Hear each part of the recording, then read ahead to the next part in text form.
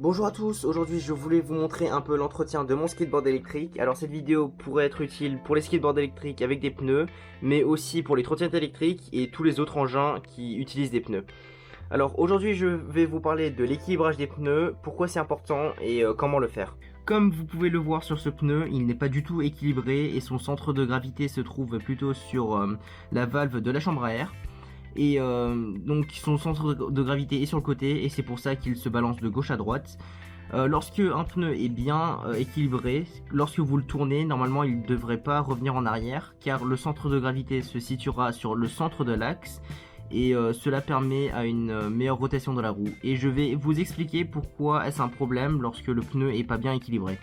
Lorsque la roue tourne vite et que le pneu est pas équilibré et que le centre de gravité est sur le côté, cela va entraîner des vibrations et cela peut aussi déstabiliser l'utilisateur. Pour contrebalancer cet effet, on va monter ou coller des poids de l'autre côté de la valve, comme ça va remonter le centre de gravité au centre de l'axe et le problème sera réglé. Pour commencer, on va nettoyer l'intérieur des pneus, comme ça va permettre à l'adhésif derrière mes poids de mieux s'y coller. Et puis on va commencer à ajouter des poids sur l'opposé de la valve et on va voir où est-ce que le centre de gravité va aller. On va commencer par essayer de mettre un poids à l'opposé, donc on va attendre que la roue s'arrête et on va voir directement l'opposé de la valve. Alors l'opposé ça va se situer plutôt de ce côté là, donc on va essayer de coller un aimant ou un poids juste ici et on va voir comment ça va réagir.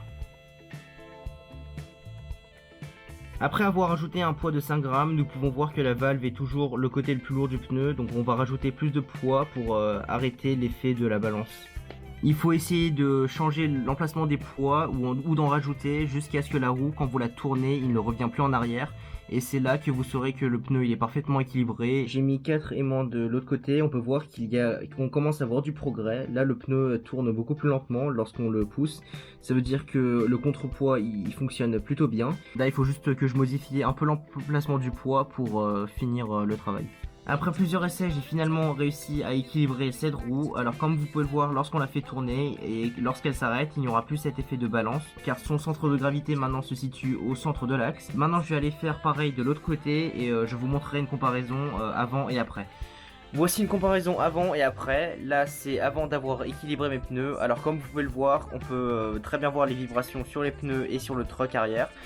Ces vibrations ça peut déstabiliser des gens, ça dépend à la vitesse où on va. Maintenant je vais vous montrer une comparaison après avoir équilibré les pneus.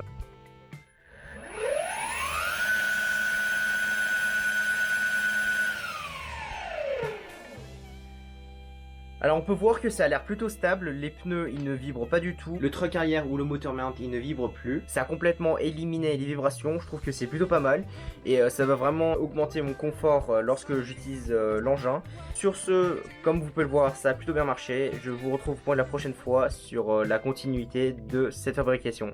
Salut à tous.